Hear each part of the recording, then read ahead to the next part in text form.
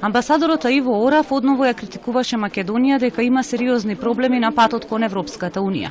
Всушност, Македонија, вели Орав, има многу сериозни проблеми.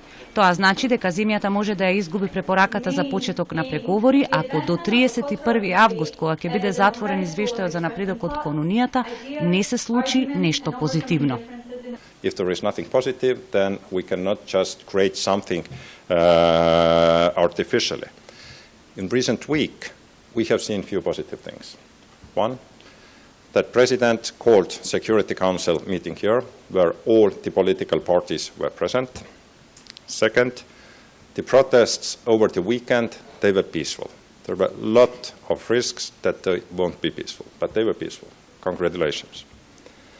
Leaders started to speak with each other. It is kind of miracle, because it hasn't been a case in this country for years. And today there is, I suppose, very important meeting in Strasbourg where Prime Minister and the leader of opposition are going to meet, and I very much hope that something positive will come out from that. Орав се појави на дебата на која студентите дебатираа дали Западен Балкан треба да стане дел од Унијата. Наместо формален говор, тој уште еднаш кажа дека Македонија е кандидат за членство во Унијата и за тоа, како што рече, треба да биде совршено подготвена. Затоа, вели амбасадорот, ги нагласуваме вашите проблеми. We tried to bring the attention people here and also in Europe for those problems for several years already.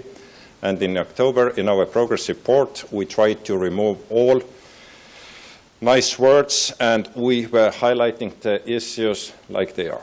Rule of law, selective justice, fight against corruption, media freedom, those are very serious problems. Орав не ја следеше дебатата на студентите до крај. Рече дека мора да замине. Само им порача дека тоа што Унијата нема да се проширува 5 години не значи долг период.